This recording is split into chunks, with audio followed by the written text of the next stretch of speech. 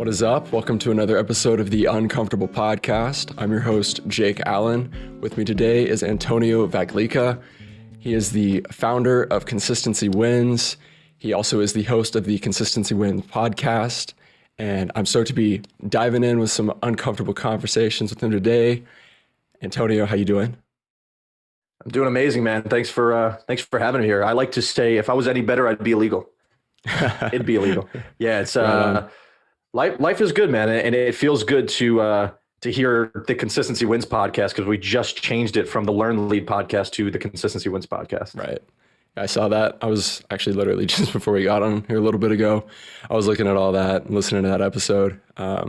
What actually, give us a little more background maybe on that and like what inspired that change? Yeah. So you want the long version or the longer version? Whatever you feel. Yeah. So there's quite the story. And I feel like I tell this story very frequently, but actually in a book I just read called .com Secrets, highly recommend right here, by Russell Brunson. He talks about your market is not, you're going to get tired of your story a lot quicker than your market, right? So like, I think I've told my story to everyone, but really I've told my story to a very small percentage of people. And so now I just get better and better because I say the same thing every single day. So let's rewind it back. Let's say 5 years ago. I'm 25 right now. Baseball was just everything for me. So my entire life, all I cared about was baseball. That was it. I didn't care about school. I used to say I went to baseball with a side of school. Went to boarding school for high school in North Carolina to get some exposure down to down south teams, and played Division I baseball in South Carolina. Ended up transferring back to Long Island University to finish up. And playing professionally was all I wanted to do. And that was a real goal of mine. It was a real attainable thing. It wasn't delusional. It was, everyone was on the same page. Like this was going to happen. The Red Sox and the Angels both told me that they were going to draft me at the end of the year. And for circumstances out of my control, I didn't get drafted. And I sat there for 4 days watching the draft, watching people that I've played against that I personally thought I was better than go off the board. And, great for them, but didn't get my shot there and had a bunch of opportunities to play professional ball, but immediately quit on myself. And looking back on it, I'm grateful for that decision. But in the moment, it's like my whole world was crashing down on me. I had an extreme identity crisis because the only thing that I was wrapped up in was my ability to play baseball. That was all I was good at. I was good at being good at that one thing. And it's not that I never failed, but I never experienced failure on a large scale because I was always the best guy on my team or being able to do all these different things. And when that's done, it's very humbling because now you got to get into the real world, right? So Once that happened, I went right to drinking, alcohol, drugs, staying up late, playing video games, hanging out with the wrong people, going back to, past relationships, all different things that weren't serving me and that were just a vice in the moment. And that extended for probably like 6 to 8 months of just severe depression. Didn't know it at the time. Just thought I was just going through life and going through a little like, oh, I deserve it because I played so much baseball, right? And so eventually got a call and got referred to a company to just start selling life insurance. And the synergy I had with the manager at the company was amazing. He was extremely, extremely successful. I loved what it was. Loved the mission of all that stuff. So it got me back on the high horse because sales is invigorating, right? Sales is exciting. It allows you to win, brings the competition back. Once I got there, I started crushing it. Immediately started crushing it, making some money. I was really excited, but I wasn't consistent whatsoever. I wasn't consistent in my life. My habits weren't great. Experienced a couple of deaths in the family. And right after I had a nice taste of success, I immediately thought that this thing was easy and coasted and fell flat on my ass immediately. So I went through this severe depression again when my grandmother passed away and moved in with my grandfather to keep him some company, but was just like in this massive rut. And finally I had that moment where I was in the car one day and it was this moment of being sick and tired of being sick and tired, literally just disgusted with myself. And it was like that look in the mirror of you have so much potential and you're just wasting it. And every time I look back at this video, I cry because everything that I've manifested in it, it was like 7 minutes long of me basically kind of like cursing myself out. I'll eventually post it, but it was pretty enraging to just yell at myself like that, but it felt so good. And what I consider that was my knock on the door to the universe. I was like, I'm ready for something. I don't know what it is, but I'm ready for something. Immediately after that, I linked up with this guy that coached me in baseball when I was 13. And he had been retired since he was 28. He was, I think, 38 at the time. I was like, dude, what the hell do you do?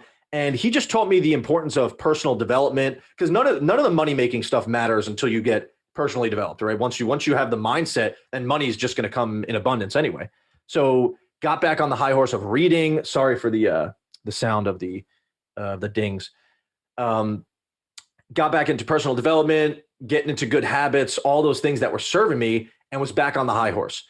Then when that started to happen, I was like, you know what? I have all these thoughts. I turned to my business partner. His name's Landon, and we started a podcast. Initially, the podcast, I was just like, I just wanted to kind of serve my ego in a healthy way of me just getting my message out there. But then he slowed us down and he was like, hey, I think that nobody's going to want to hear from two 23-year-olds of how to be successful when we didn't have any taste of success at that point, financially and business wise. I was like, you know what, you're right. So we just started tapping into our network and getting guests, and we started to leverage our guests and their stories and, giving them the platform and making it all about them and leveraging their following to grow our following at the same time. And that started to work. Then initially when COVID happened, COVID was a disaster in the beginning, right? It was just like a massive shock to all our systems. We're all scared. But then the virtual world for young guys like us, it started to serve us really well. It started to accelerate a lot of things. It was a blessing in disguise. And so the big thing with podcasting was that people that were of high following, people of high level business, they started managing their own Instagram accounts at the time, right? They're all at home as well. And so I just started cold DMing everyone and got on the call with David Meltzer, who is like really high up in the entrepreneurial space. Really cool story. Great podcast we had with him. And at the end of every podcast, we asked for referrals, introductions to the network, try and network up. And he did us one better. And he was like, I'm going to give you access to my entire podcasting agency. And so he was throwing us high-level entrepreneurs, minimum 3 times a week, getting people on our podcast. And we just continue to network up and level up offline, just constantly getting into great conversations with these people. And my partner and I, the only thing we did at the time, and we weren't soliciting business at all on the podcast, but we owned a financial services firm. We still own that firm now, and we've scaled it since. And we would be the toughest thing with financial services is to get into rooms with higher net worth people, right? We were organically getting conversations with multi-millionaires and being able to bring a value proposition at the end of that conversation every day. And one, you get rejected a ton, which is awesome because you get those at-bats, those nonstop at-bats of understanding where could I have been better? Where could I have delivered this better? But some people become clients, which is great. And some people refer you. And it's just that consistency of all that stuff. And then we started to realize that everything that we were doing was great, but then we would consistently burn out all the time, right? I was trying to achieve my 1-year goal in one day. And as high achievers, we all try and do that. And we fall flat on our asses after 3 weeks, right? For me, it showed up a lot in the gym. When I finished baseball, I stopped working out for a while and my body was just in bad shape. I felt terrible. I was eating horrible. And it's just a mess, man. It's just, as I'm sure we've all been through, when you're going through a rut, your energy's low, you're sleeping, you can't get out of bed. It's all signs of depression. And moving your body is the number one thing to get yourself out of that. And so what I started to do was like, you know what? I'm going to try a different strategy this time. I'm going to buy in to winning today, winning something small today. And for me, it started with a walk and then started with like reading 5 pages or like a small little journal thing, right? And I just did that every single day and started to show up. Eventually that walk turned into a jog. Eventually that jog turned into a run. That ended up being miles. That ended up going to the gym and then eventually got into rigorous workouts. And you'll see on my Instagram or sometimes I'll post and things like that.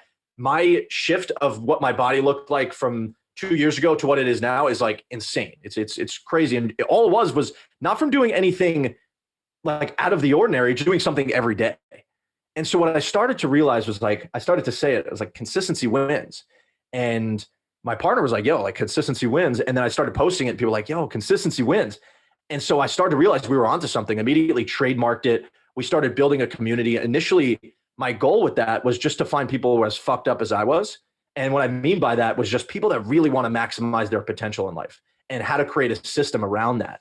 And so we started just having it was 8 guys on a book club. I started a book club because I was an avid reader. And each month we would discuss a really cool book, books like The Alchemist, books like Winning by Tim Grover, Matthew McConaughey's books, all these cool books. And eventually I was like, you know what? We need to start scaling this. So eventually, when we started being more intentional, we went from 8 to about 85 members in 6 months, and all free, just consistently bringing value, a huge group chat. We're not a networking group, or we're a group that definitely networks, serving people, giving money to charity. Now we host monthly webinars with ecosystem partners of ours, people that I do business with professionally. I give my community the ability to hear from them. And since then, we started to scale. And I realized that the market that doesn't get served enough are people who were athletes their entire lives, extreme high achievers, but their entire identity was wrapped up in athletics. 99% of those people no longer play, and their entire external influences tell them to just get a bullshit job to start making money.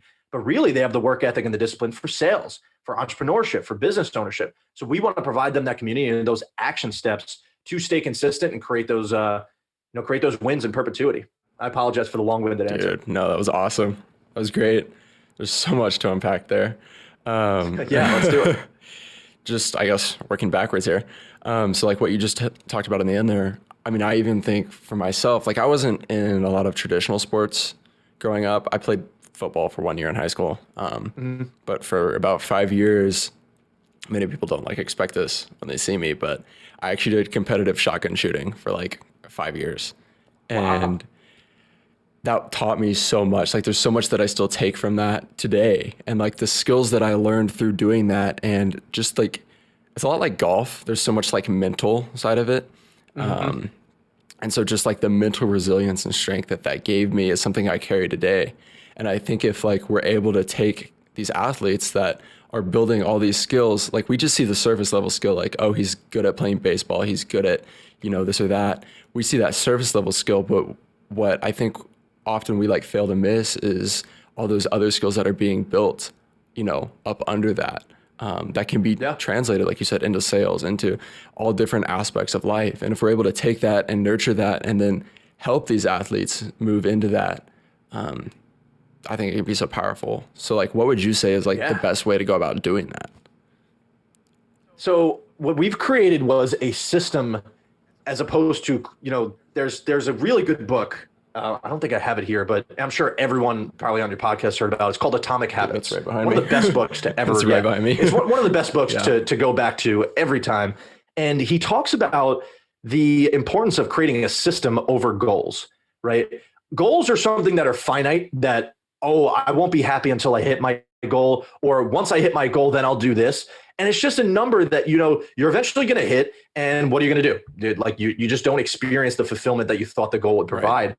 And so if you could create a system that allows you to hit goals in perpetuity, the goals just become the measurement and the tracking to understand if the system works. The system becomes the lifestyle, right? So what I've dialed it down to was I patented a system called BUILD. It stands for body. B stands for body. U stands for you. I stands for income. L stands for love, which is relationships. And D is development.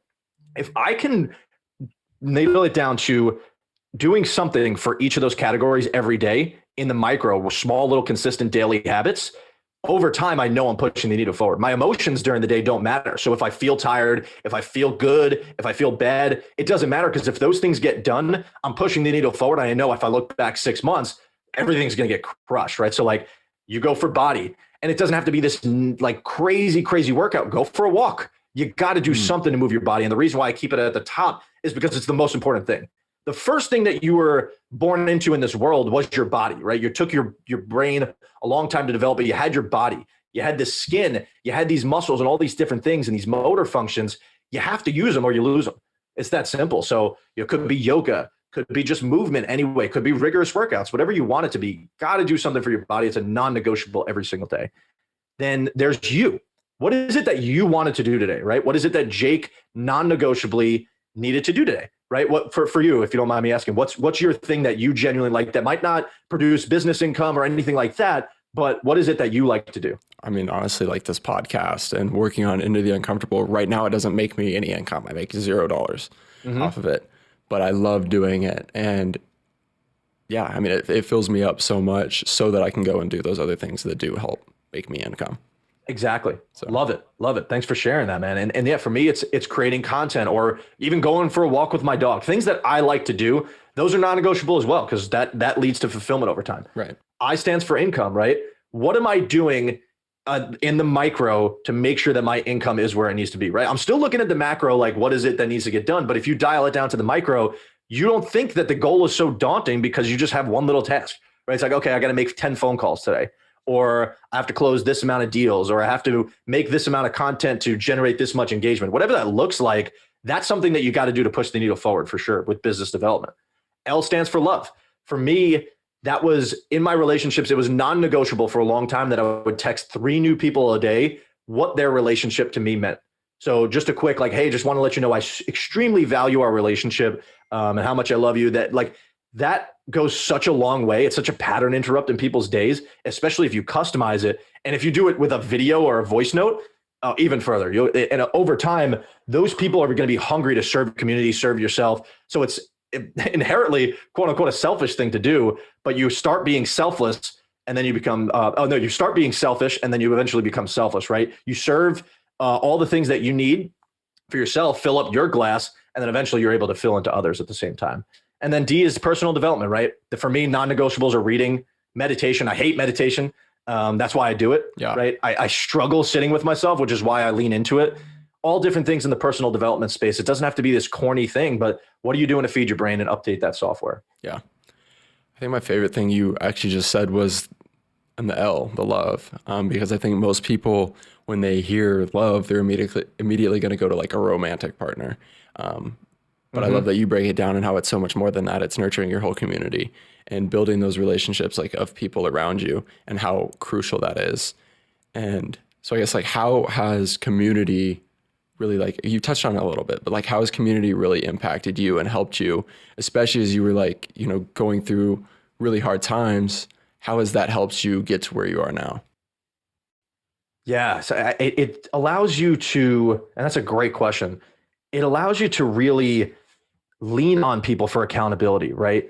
One, selfishly, I know I'm bringing value and these people are genuinely making actionable steps to change their lives. And there's nothing that feels better for me. I've closed some mega deals in my life and there's nothing that feels better than genuinely serving someone and them taking an actual step to enhance their lives. And there's no monetary value in that, but that's what life's all about, in my opinion. So creating that type of community that they can hold you accountable. I'm asking people, hey, I'm committing to this. Please hold me accountable to that, right? We have little subset accountability groups. The thought of just growing a community in its entirety and the systems that go into place and all the different partnerships that you create to help serve your community, those are exciting to me. That's what really gets me going. And seeing those metrics continue to rise and seeing people that might not be serving the community leave at the same time. We're just trying to find people that really want to give, and a really good book to understand that is called The Go-Giver.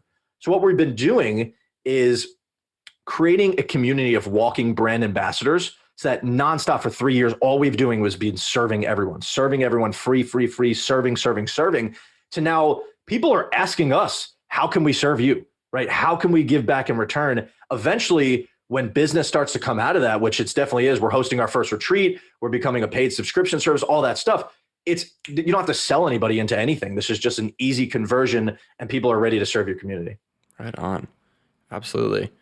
Going back to just earlier, what we were talking about, how does, you mentioned being rejected and facing rejection, and how do we, just like, I guess as people, how do we, whether it's in business, whether it's relationships, whatever it is, how do we deal with rejection? How do we overcome that so we can keep moving forward? Great question. So I think first off is, I think at this point we have so many resources and we listen to so many things, looked at so many books, especially if you're in the professional world or the business world, whatever, in life in general, you understand that rejection is a part of it, right? And it still stings, but if you're still hurting from rejection, you clearly just haven't done it enough, right? Over time, once you do things enough, especially in sales and business, in relationships, all that stuff, once you take enough at-bats, you understand that this is just a part of the game and your average is still going to be high because you're trying so much. But if you only have a 1 to 5 sample size, of course you're going to get rejected. And of course your numbers aren't going to look great, right? But what I've done was really start to dial in who are so I have my personal mentors that I have a one-on-one relationship with. And then my other mentors are the authors, the people that I listen to. Somebody I look up to significantly is a guy like Ed Milet, a big podcast I listen to. And Ed is extremely, extremely successful in the business world. And he talks about how he got rejected all the time, right? So like, who am I to think that I don't have to get rejected to get to that status, right? So all we have to do is listen to what these people are saying and create a roadmap based on their model, understanding that rejection is actually the path to where you want to go. So now when I get rejected, I just know I'm closer to my goal. It's that simple. Yeah. I mean, I've heard people say too, that it's like weeding out the people that aren't like in alignment with you and like with your mission. It's that simple. And so it's actually saving you time in the long run by that not working out. Oh, that's so well said, man. It's the difference between scarcity and abundance mindset, Yes. right? Scarce is just trying to stay in your own little circle, trying to beg people to stay friends with you. Abundance is actually, you can use addition through subtraction, right? Subtracting people out of your life, which actually serves you more in abundance over time. So being picky with the people that you choose to share your information with, being picky with the people that you choose to spend your time with and your energy, eventually that starts to flow significantly back to you, and it all leads back to your own personal development. Yeah, no, totally. So you've mentioned that you like to read a lot. You like to listen to podcasts. What are like your top podcasts, your top books that have like helped you the most along the way? Yeah, great question. So that's a tough one. I know. Trust me, I know. So the most foundational book that I always recommend to anyone getting into the space is The 4 Agreements. That's just really understanding the agreements that you have to make with yourself, understanding domestication and how you were brought up in this belief system in your entire external influences, your parents, your family, your environment, your school, and all that stuff. And they might have wanted what's best for you, but they don't know what's best for you, right? They're just telling you what they know. And sometimes they don't know what they don't know. So once you understand that you have to break free from that domestication and 90% of the things you grew up with knowing is a lie, then you start to get free. And that's where you start to experience love and abundance and freedom, true freedom. So 4 Agreements was huge for me. There's a book called Winning by Tim Grover. If you are someone that struggles with like being an extreme high achiever and like burning out and all these things, Winning is the book for you, because I understand that my mindset is a little bit more aggressive towards success and all that stuff. And that might not be the most sustainable way to live, but it's better than being a loser. It's I understand that my mindset and the way I think might not be as easy as being comfortable in life, but it's a lot better than being the polar opposite. Exactly. So how do you deal with that? You lean on guys like Tim Grover, who's trained Michael Jordan and Kobe Bryant, the 0.01%. I don't want to be above average. I want to be the best of the best. And so that's why I lean on people like that. Then there's, different marketing books and things like that. There's business books. There's a lot of stuff, man. The Alchemist is a really good book. I love my like personal development / fiction. So The Alchemist, The Celestine Prophecy, Ed Milet's podcast, Andy Frisella's podcast. Those are a little bit more, Ed's a little bit more timid in that style. Andy's a lot more aggressive. I loved your podcast as well. I sometimes go back and listen to some of my guests. Yeah. Just constantly having conversations with high achievers that I'm just trying to be a student all the time. I love that. I'm much the same way. I'm always trying to find new books. That's honestly, I kind of asked that question selfishly just because I'm always trying to find new stuff to learn from. And I fully believe in being, a student of life. I didn't finish college. I only went to college for a year.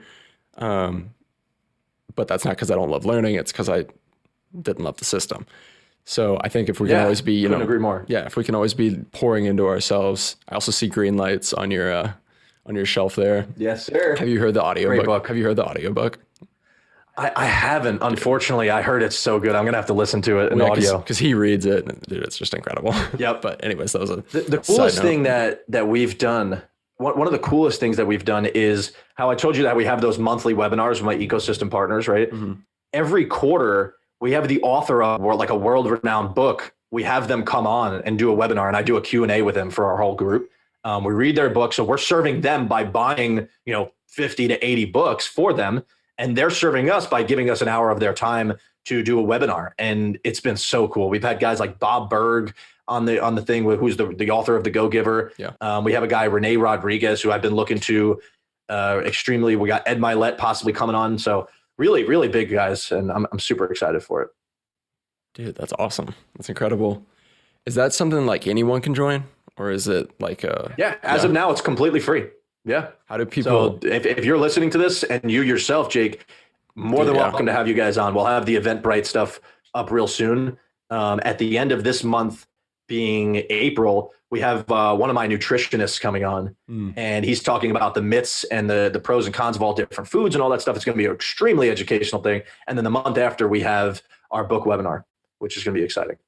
Dude, so how do people join that? So the way that we do it is anyone can join the webinars. Yeah. But in terms of getting into the group, they have to be, I have to communicate with them first, because we're not just trying to have freeloaders. I want to make sure that and it's not some rigorous application process, just we're just connecting. Right. And I want to understand if this is going to be something that you're going to help serve this community, as opposed to us just simply serving you and you just taking, because there are a lot of people that we've had to ask to leave the group simply because they don't actively engage whatsoever in the group. And I'm not expecting you to constantly be on your phone all day and, writing in there, but if you're just taking, it's just the energy's off. Right. Well, it's like we were just talking about, like if you have these people that are just taking your energy and you're not in alignment with them, that's not going to be helpful in the long run. So it's better to just kind of, weed that out. But you also mentioned doing some retreats soon. Is that something you're working on? Yeah. We actually just locked in the spot, and funny enough, it's right outside of Austin, Texas. Awesome. And I'll actually be in Austin next month. So I think you're in Texas, right? Not currently. I'm out of state right now. We're up in Nevada, actually. Got it. But got it. Okay. That is home. So okay, gotcha. Now it's going to be there. We're limiting it to 30 people, and because we want to make sure it's intimate, and we're not taking a dollar profit. Every single thing is getting reinvested back into the retreat. If there's any money left over, it's rather going to charity or giving it away to people in the retreat. And it's just going to be, as opposed to like this seminar and speaking event or anything like that, it's going to be more so just a hangout with high-level entrepreneurs, self-employed people that are just really trying to get after it. We'll have we'll have yoga instructors, we'll have meditation going on, hanging out by the pool. We'll have speaking engagements, high-level business leaders are coming. So it's going to be really cool. It's just going to be a really nice gathering. And that's happening in October, October 20th to the 23rd. We haven't even marketed the retreat yet because we just locked in the spot. We already had 17 people put their deposit in. Wow. So it's very, like I said, right? We built the community, and initially we didn't even have to ask. We just said we're doing a retreat. People are hungry to just be like, yo, what do I pay? Right. So it's been a cool dynamic. Well, it goes back to community, and people crave community. And I think it's a hard thing to find. And especially, I think we've seen this over the last, couple of years with everything that's happened, just how important community is to our lives and just our overall well-being and how much we need that community. But I think in order to find community, it takes consistency, and it takes showing up consistently. And it also takes getting uncomfortable. Yeah. Right. So Exactly. it's the perfect duo, right? You have to get uncomfortable, and then you have to be consistent in that action at the same time. Well, and being consistent is uncomfortable. So it comes full circle. Most definitely is, man. So you mentioned earlier with the build thing, working out something that's really big for you. That's something that I'm really passionate about myself. I talk about it all the time on this podcast. How do you, to someone that wants to get more involved, what am I trying to say? And like fitness and working out more and to be more consistent in that area, how do you, what is your advice to someone in that position? Great question. So the last thing I would do is try and go full at it the first day, right? Rather, if you're someone that struggles being held accountable, hire a trainer, right? Get uncomfortable, pay the money to do that. It's worth it because you need to show up. But if you're someone that could keep yourself accountable or have a group that keeps you accountable, just show up, right? What is it that you want to get out of your fitness game? Do you want to be a runner? Do you want to be just getting active and walking, or do you want to go to the gym, right? Yeah. Either of those things, create a strategy of how many times a week am I going to do this, and show up. And then initially do less. Just show up and do less, right? Show up to the gym for 10, 15 minutes and walk on the treadmill or do something like that. Get yourself in the habit of being there, because that proves to your subconscious that you are that person that you say you are.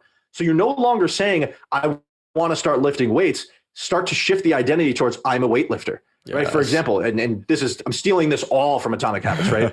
That's what I do. I'm the world-class copycat, but I'll always give credit. So he talks about two people that are trying to quit smoking, right? One person says, hey, I'm no longer, like they both get offered cigarettes. And one person says, hey, I'm trying to quit. The other person says, I'm no longer a smoker. Who has a better chance of actually quitting, right? The person that genuinely shifted their identity into saying, I'm no longer a smoker. So if you can say, and this could be, you could start with the foundational level, yelling in the mirror affirmations like, I'm a weightlifter, or I'm a runner. Just start to say that and then provide the action to your subconscious that you are that person, because your subconscious doesn't read right or wrong. It just believes everything that you say to be true. So you got to be really careful about what you say to yourself. And we all struggle with that for sure. No one's perfect. But that's what I would do. I would say, create the identity shift, create a plan, and show up every single day. Start small. Consistency wins. That's simple. Yeah. Well, in that book, he also gives another example of like a friend of his who literally she was trying to lose weight and she was struggling. And so then she shifted her mindset from like, I'm trying to lose weight to I am a healthy person. And then every decision she made was, would a healthy person do this? And so when it comes back to that, it's like, okay, am I gonna, like when you're trying to decide, okay, what we're gonna do for dinner tonight, would a healthy person go get fast food, or is a healthy person gonna cook a good meal? Take that extra 10, 15 minutes to do that, And so it's like, it just comes back to like we're saying, like identity. It comes back to who do you want to be? And then setting those systems in place. And the question I write to myself, great point, by the way. And the question that I write to myself on my whiteboard every single day, and this is what I highly, highly recommend everyone does, has a big, when you wake up on the top of your wall or in your mirror, whatever it is, are my habits a reflection of who I want to become? If you can answer confidently, yes, take your ego out of it. And there's no problem if the answer is no, you got to fix something. But if your habits are genuinely a reflection of who you want to become, your success in every area in life is guaranteed. Now it just comes down to time, right? Now it's discipline and time that equals success guaranteed.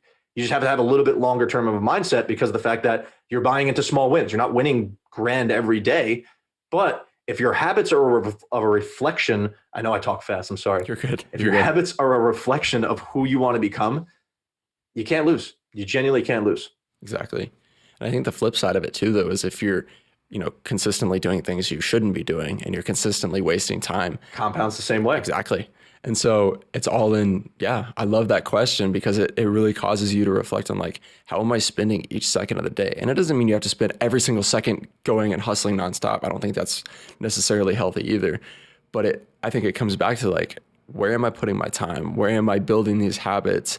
And how is that gonna like compound, down the road? Yeah. And great book about that is The Compound Effect. Yeah. That's why I love reading books, is because I use them as reference points to recommend to people in certain situations in their life, because that book is going to tell you a lot more than I can, right? But the author of that is a lot smarter in that scenario than I am. So I just want to update my information, my brain, by reading the book. And then when you're at some point in your life and you need the compound effect, let me say, hey, go read this book. But the thing is, the biggest thing and the biggest distinction between people who are successful in anything and not is that when you get recommended the book, you got to actually read it. Yeah. Right. There's a really crazy thing in this world where if you actually do those things, you're going to see results. It's so wild, right? You actually put the work in and you saw success. How crazy is that? And that's the thing, man. Some people just say they want it. And I did that for a really long time. I was really good at talking the talk and never walking the walk. I was very good at manipulating. And I started to realize that shit catches up to you real quick. Oh, yeah. And you got to be a doer. And the people that are in high positions understand that, and they know who's real or not. So now all I'm trying to do is manifest myself to be someone who does every day. Yeah.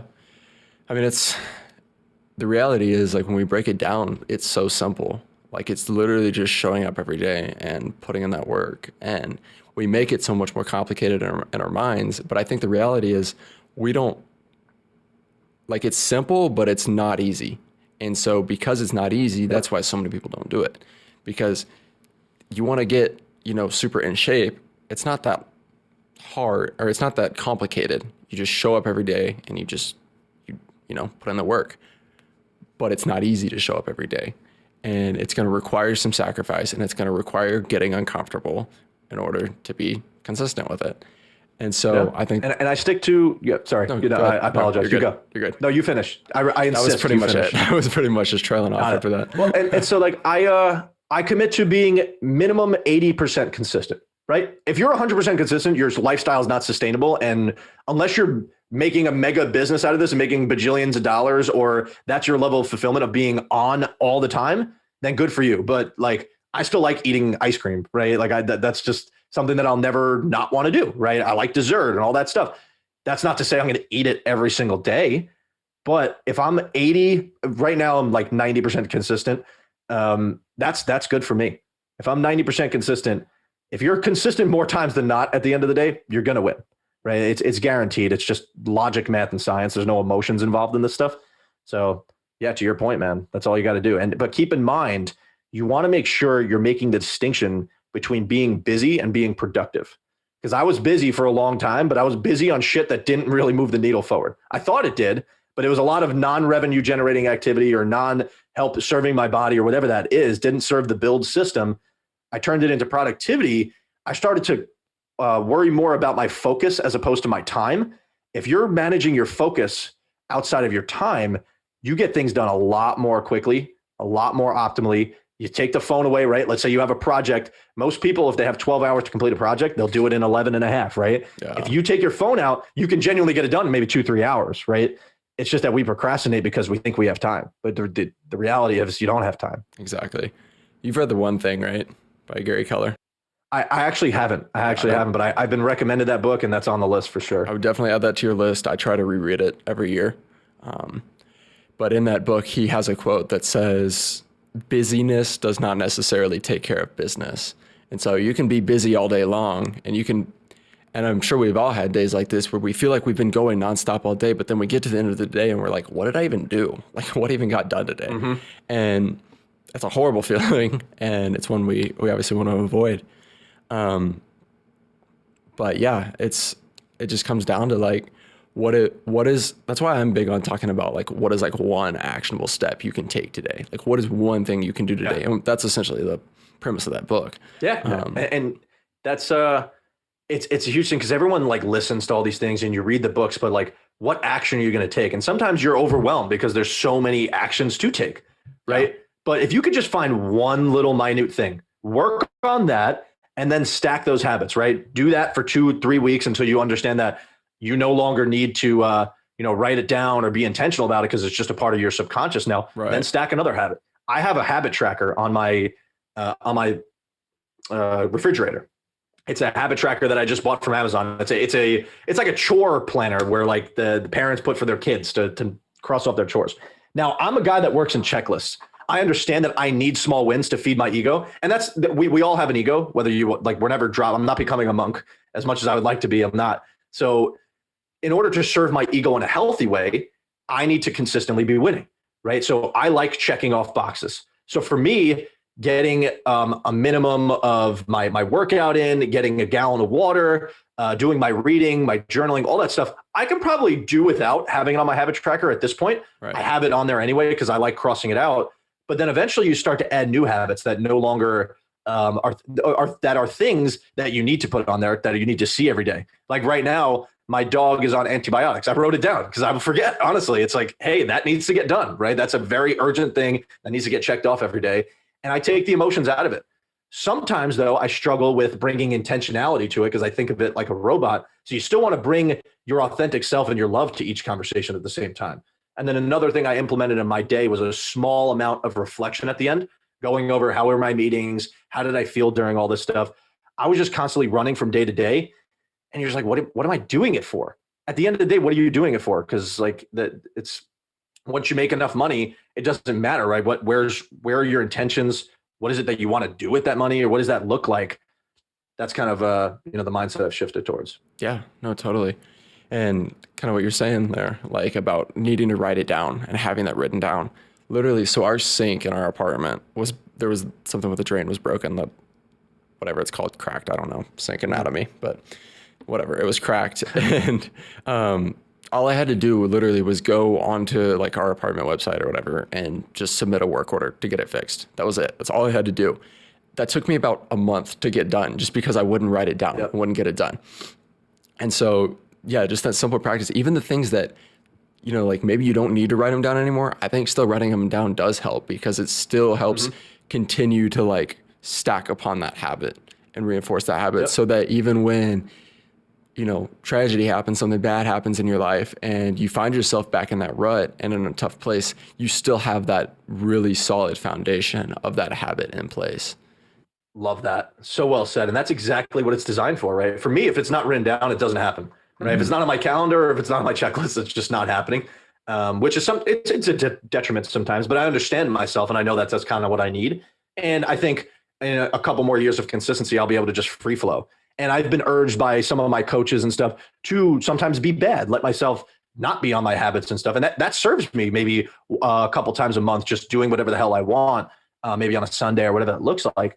But exactly what you said right there, I was going to fill in the gaps if you didn't, is like, that's what serves you, right? If I had the foundation of my habits when my grandmother passed or back in the day, I wouldn't have hit that rut.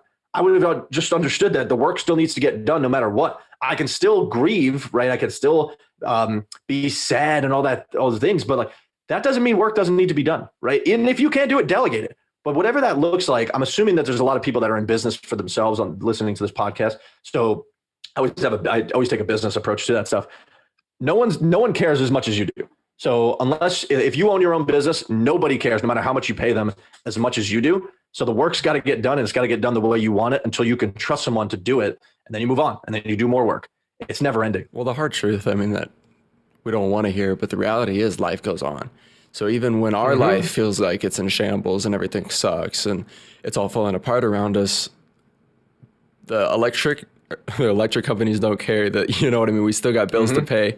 We've still got business still needs to get done. And so, we got to be able to keep going. And I think the only way, and like you said, like you still got to be able to feel your feelings. You still got to be a human and have that human experience, but stuff still got to get done. We still have to keep pushing and having those habits in place and building that foundation. The more we can do that, especially when we're in a good place and life's going smoothly, the more we can build upon that, the better we can handle those situations. Yeah, man. Like one of the toughest things, but most beautiful experience I've had was the realization that nobody gives a shit. It's sad and it sounds morbid, but it's also beautiful in the same aspect because it allows you to be your authentic self and make decisions based on not worrying about what other people care about. Nobody cares. The entire time you're caring about what people think about you, they're thinking about what you think about them. Right. So stop. They don't give a shit about you. They care about themselves. So understand that it's not selfish to serve yourself, because if you serve yourself at the highest of levels, that allows you to serve others at the highest of levels. And if you keep that a focus in your life, the only thing you care about, it gets down to the minute, and it makes everything so simple, and you can experience more happiness and joy, because the only thing that matters in your life is your own personal development. You got relationship problems, you should work on yourself. You got money problems, you should probably be working on yourself. Business problems, all those things. If you have the foundation and the habits in place for yourself, everything trickles down and transpires. Now, that doesn't take away the fact that there are things you can't control, but when the things that you can't control happen, you can respond to them better because you have a good foundation. Exactly. It's like having like a, what do they call it? Like an emergency preparedness kit. Like people do, like if, in case of like a hurricane or earthquake or whatever, like they're ready for these situations that may or may not happen. We don't know what's going to happen down the road. We can't see the future, but if you're ready for it, you're going to be you're going to be able to handle the situation so much better than if you're just like, willy-nilly, just not caring. Dude, and this thought just came to my head. This is a brand new original thought that I just thought about right now. We have to pay for car insurance, house insurance, life insurance, health insurance, all that stuff, just in case, right? Just in case things happen. Your insurance with your life is your habits, right? And the payment for that is sweat equity, putting in the work. The work that you put in is the payment that you have for your insurance in your life.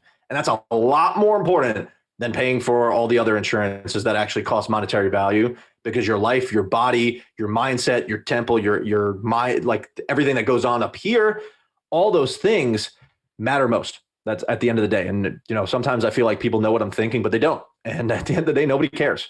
And your family, even to that point, your family doesn't fall asleep inside your head, right? At the end of the day, even if you're sleeping next to somebody, you still fall asleep with yourself, right? So how can I take care of up here first, and everything else transpires? Wow. That was good. That was really good. Yeah. And I mean, nobody cares. That's the reality. And I don't know what the exact statistic is or whatever, but I remember hearing that like most people, like when you meet someone new, most people don't even like remember that person's name because they're so focused on like how they said their own name, like what that person thought. And so the reality is like, yeah, nobody cares. Like, and depending on your perspective, that's either going to free you or that's going to just like cripple you and make you shut down.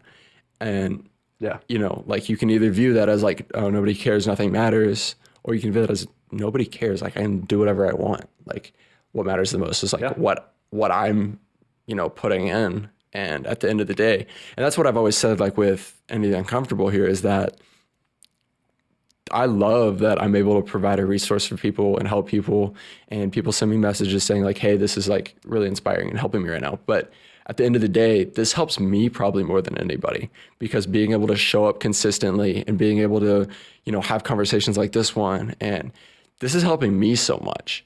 And I'm learning so much because I'm able to learn from people like yourself. And if other people benefit from it, if other people follow along, that's awesome. I love that. That's obviously the goal is to build a community, but ultimately like this whole thing is like helping me so much too. And, and it's not a selfish thing, but it's just comes down to like, at the end of the day, doing the things that, what am I trying to say? I lost my train of thought, but let me interrupt you at that point. You're good. To piggyback off of it. It actually is a selfish thing, but it's a selfish thing in a beautiful way. Yeah. And that leads me into this book. I highly recommend it. My good friend, Keegan Schaefer, he's about to write his next book. His name is he wrote a book called Selfish to Selfless, right? You have to take care of yourself first, because who the hell wants to hear somebody help them with their problems that can't even handle their own problems? Right? How the hell am I going to teach you? If let's say I'm 400 pounds, how the hell can I teach you how to work out? Right? So if I can fill my cup up to the brim, then I have some left over to pour into others. If I'm only filling my cup up halfway, what happens when I pour it out? I have nothing left in myself, and that's not right to do to myself at the same time. So back to your point earlier, where when you're talking to people, if they don't remember your name and all that stuff, sometimes it's crippling. But the tough truth, and this might make you uncomfortable if you're listening to this, if it does cripple you, and it's crippled me before all the time, that means you're a little bit weak, right? And that's okay. The beautiful thing is that there's a training system. Like you can train, it's a skill that you can genuinely cultivate in your life, right? And it's just something that you just have to stay consistent with. The reason why you're upset about people not remembering your name is because you probably didn't do something for them to remember your name, right? So now you're probably not talking to enough people, because if you talk to 1,000 people and 5 of them don't remember your name, you're not as upset, right? But if you only talk to 10 people and 5 of them don't remember your name, you're a little bit more upset, right? So like, that's what we talked about at first. Your numbers just aren't high enough and you're not connecting with enough people. And then to your other point of how you like doing this podcast for yourself as well, it holds you accountable, right? Because if you just said it inside your own brain of, I'm going to do a podcast, nobody hears that, right? So now you can fall back on your commitments and nobody sees it. The beauty of also understanding that you do care at the end of the day of what people think about you, because we all do. Once you post that on social, you better do it, right? Because now the world's watching. Even your small mini world, right? I don't have a massive following, but even my mini world around me, they're watching. I posted something, I better stick to it for sure. So I'm doing it from my own personal accountability at the same time. Well, I think it's so easy too. Like a lot of people in today's world with social media and everything, we're like, oh, I don't have 1 million followers. I don't have, whatever. And we get so caught up in like what we don't have instead of focusing on, I mean, if only 10 people listen to your podcast or follow you on social media, whatever, you're talking to those 10 people. I mean, if you're in a room talking to 10 other people, that's a decent crowd, And so, and those 10 people can turn into 20 people, can turn into, and it just builds from there if you show up consistently. And so I think it's so much of it with I mean, like what we're talking about right now, it just all comes back to your perspective on it and how you view it. And if you're focusing on what you don't have, and if you're focusing on, and yeah, I mean, a lot of it comes from weakness. It comes from like not building those reps. Like, am I the best podcast host? Not at all. No, but I've only been doing this for 2 months. So it's amazing. It comes back to just like when you can accept that you're weak, and, like in the gym, I'm not nearly as strong as I want to be. But if I can accept that and be like, okay, well, how can I get there? How can I get there? Mm-hmm. And I think that's where so many people tend to fall short and struggle, is that, that they get too focused on the feeling weak instead of realizing that all they have to do is show up consistently and then they can be strong. And that's it. Yeah. That's so well said. Finish your thought. I apologize. No, there's so much I want to unpack. Dude, you're good. You honestly go for it. Well, that's why I like fitness so much, because it allows you to revert back to things in life, right? Yes. It's the perfect analogy, right? I didn't mean you're weak as in like you can't do it. I mean, like, think about right now, you probably can't bench 315 pounds, right? But that doesn't mean you can never do it. There's obviously unrealistic things where it's like, I'm never going to bench 1,000 pounds, nor do I ever want to. Right. But understand that you can create a plan and a strategy by showing up every day and being consistent, that you can eventually do it, right? Exactly. And kudos to you, man, because this is only 2 months in. I sucked a hell of a lot worse than you did when I first started podcasting. So, it takes years and years, man. There are people that have been doing this forever, and they're still not where they want to be. So constantly trying to be a student, understanding that you're not the best. The second that you think you are, the universe is going to humble the shit out of you, I promise. Because there were times where I would see people in my community sharing their problems, and I'm like, wow, I haven't gone through any of those problems for multiple years. Like, are these people not personal developing and all these stuff? Like, these people must be weak.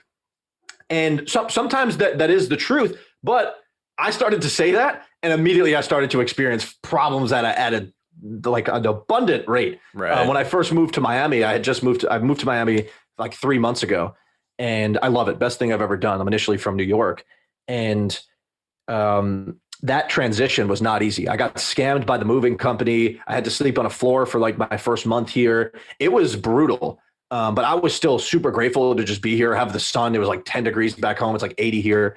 And understanding that, hey, I'm probably not mentally where I need to be if I'm letting this affect me. So let me dig back into my habits, right? What are the books that I need to read for this specific scenario?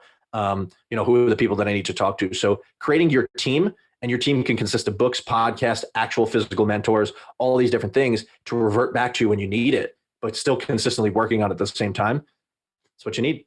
Yeah, no, I mean, I noticed that so much myself, especially over, I think, the last year, just how much, like, when I'm consistent, how much better I do versus when I'm not. And last year was crazy. It was full of so much change. I got married last year, moved across the country. Congratulations. Thank you. Appreciate it. But there's just so much change and so much chaos. And through all of that, I got so much less consistent on my habits. I got so much lazier.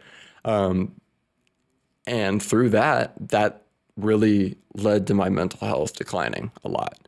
And then though I've noticed as more recently, I've picked up a lot more of my habits. I've become a lot more consistent, and I've made it a point to do that. And especially taking care of my health, that has helped me so much. And that's helped me in all areas too, of just showing up more consistently through Into the Uncomfortable and through my media business stuff and just through everything. Like, it all compounds, like we were talking about earlier. It's just what it goes back to is it just all builds and it all stacks. And if we can be showing up consistently, and it's going to be uncomfortable, it's going to suck at times. There's going to be a lot of days we don't want to do it. But if we can do that and make it a point to make that happen, it's going to benefit us so much in the long run.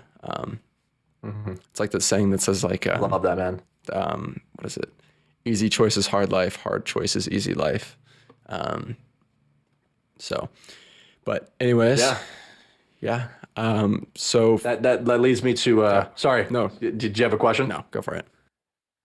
Well, one of the big sayings that I say all the time is that the key to happiness, right? I don't believe to have it figured out and all that stuff, but my keys to happiness is happiness equals self-confidence, right? And what self-confidence equals is doing the hard shit you said you're going to do every single day.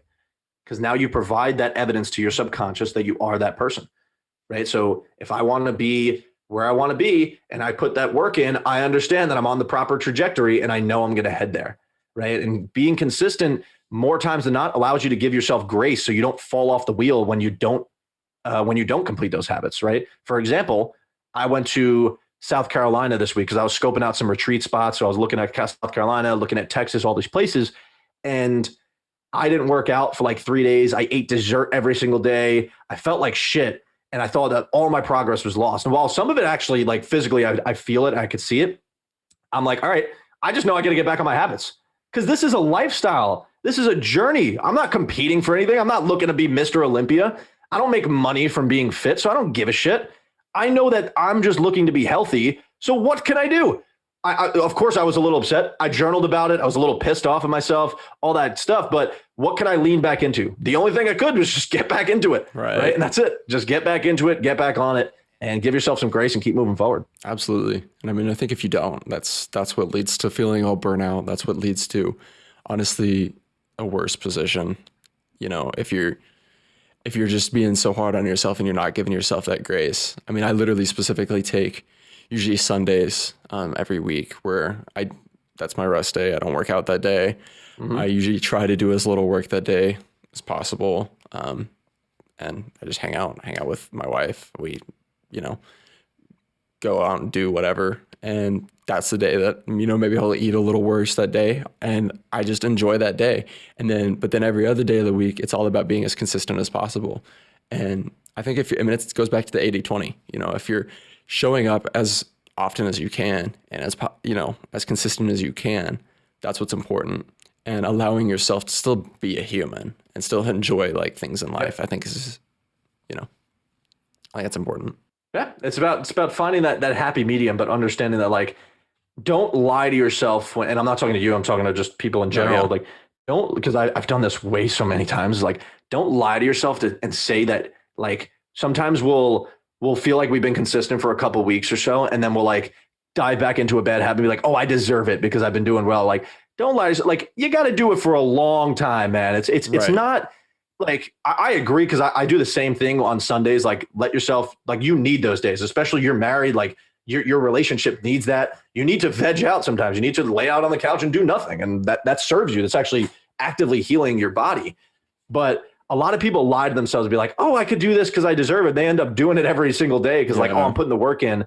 It's all about having that self-awareness for sure. Yeah. I mean, I think it comes down to like intentionality and being like, I'm going to intentionally take this day to rest versus just being like, well, I deserve it. I think that's, that's what it comes down to. That, and then also just, what was I going to say? I lost my train of thought. Well, whatever. I lost my train of thought, so it's gone. But all good, man. Yeah. Anyways, so for people that want to connect with you, and I guess people who would be good to connect with you, how can they do that? Sure. Yeah. So in terms of the market, we're not pigeonholing ourselves into, business athletes or ex-athletes. Anyone who wants to maximize their potential is someone I want to connect with. Right. I'm not at a point where like I've learned to make myself a little bit more unavailable. But I'm not at the point where I'm just like, and I don't think I'll ever be there where I'm just like not going to answer somebody on DM or like not take a call with somebody. I used to take a call with somebody all the time. Now I have to be a little bit more respectful of my own time. But you can follow me on Instagram at Vaglica, Avaglica. In my link tree has all the things for Consistency Wins. We're currently buying the somebody on Instagram has the name, but it's like they're not an active person, so we had to hit up Instagram and get the handle back. We're creating the website, all that stuff right now. The retreat, if you're even if you're not in the Austin area, feel free to hit me up about that. Those spots are going real quick. By the time this podcast comes out, they might be booked. So, anyone who wants to connect, be a part of our community, it's completely free. We have nothing to sell you, literally nothing. Like I don't even know what I could possibly, we do own a financial services firm, and that's how right now, that's what my income is coming from. And if you need help in your finances, we work with tons of entrepreneurs, business owners in helping them navigate that space. But I don't really market myself like that. I really just want to be someone that could be a problem solver for others, right? What I've manifested my entire life, and let me rephrase that, not my entire life, for the last 3 years, because my entire rest of my life earlier, I was just blind to the whole thing. I just cared about baseball and cared about myself. It was, I want to be someone that people come to when they have problems. And I don't pretend to know it all. I don't pretend to have the answers to everything, but all I've been doing is cultivating relationships with people that I trust so that I can redirect you to those types of people. Creating a network and being a connector is extremely powerful. So that's my jargon. That's my spiel. Love it. Awesome. Well, all that'll be linked in the show notes as well for anyone that wants to check that out. Last question. I kind of like to ask everyone this. Like I said earlier, I'm big on giving like actionable steps and helping people like actually find actionable ways to dive into the uncomfortable. So yours, I'm going to phrase a little bit differently, but how will you in like the next like week or so consistently dive into the uncomfortable in your life? Great question. You can take a second. Think about that. Yeah. Yeah. Let me think about that. So I've consistently tried to put my back against the wall because I like I said earlier, I lived with my grandfather for 3 years when my grandmother passed away, and I created a really cool like office environment in his basement. It was really nice. It wasn't like this like, oh, I live in my grandfather's basement. It was really nice. I had a good time and I wasn't paying rent. And then I started to get so comfortable because I was having solid business success and wasn't paying rent. My expenses were super low. So I started to put myself against the wall, moved to Miami, paid a lot higher in rent. Now, what I've been doing was like really finding people that I want to work with and putting my back against the wall financially to start working with them. And understanding that I need to have a sense of urgency to create an immediate ROI to make that money back. And so if I have that vision, I know for a fact I will because their services are valuable. So that's something that I do to get uncomfortable all the time is purchase high ticket offers to just continue to expand rather my body, my mind, or my business. And that's one thing. Another thing to get uncomfortable. I'm trying to think. I just feel like everything I do, I just try and get uncomfortable. Everything that comes my way, I don't have this mindset of like, I'm going to wait until I'm prepared to do it. I just do it. And then I figure it the fuck out later. Yeah. That's it. Like, I'm going to do this thing. And if it's something that I want to continue doing, then I'll start to master it. But I'm not going to hold myself back. One thing that I will say that's one thing my biggest fear right now in life is skydiving, I think. And it's so funny because I tell people to get all the uncomfortable all the time, but I won't go skydiving. Right. And my friend brought it up and he's like, dude, we're going skydiving. I'm like, no, come on, don't do it. But I told him, I was like, if you book it, I'm in. And I can't go back on my word on that. So that's something I'll probably get uncomfortable doing in the short term. That's something I've thought about a lot too, because that scares me to death. But so who knows, maybe I'll do that at some point. But yeah, man, love that. It's exciting stuff. Love this conversation. I could honestly keep unpacking stuff forever, but I know we both have things to do. So yeah, that's unfortunate. I'll sit on here for another 5 hours, honestly, but thank you so much for having me on, man. Absolutely. Maybe we'll have to do it again down the road. But yeah, if you're looking to connect with Antonio, that's all going to be in the show notes. Highly recommend you do. And yeah, thank you guys so much for tuning in to this episode of the Uncomfortable Podcast. Until next time, keep on diving. What's up, guys? Jake here again.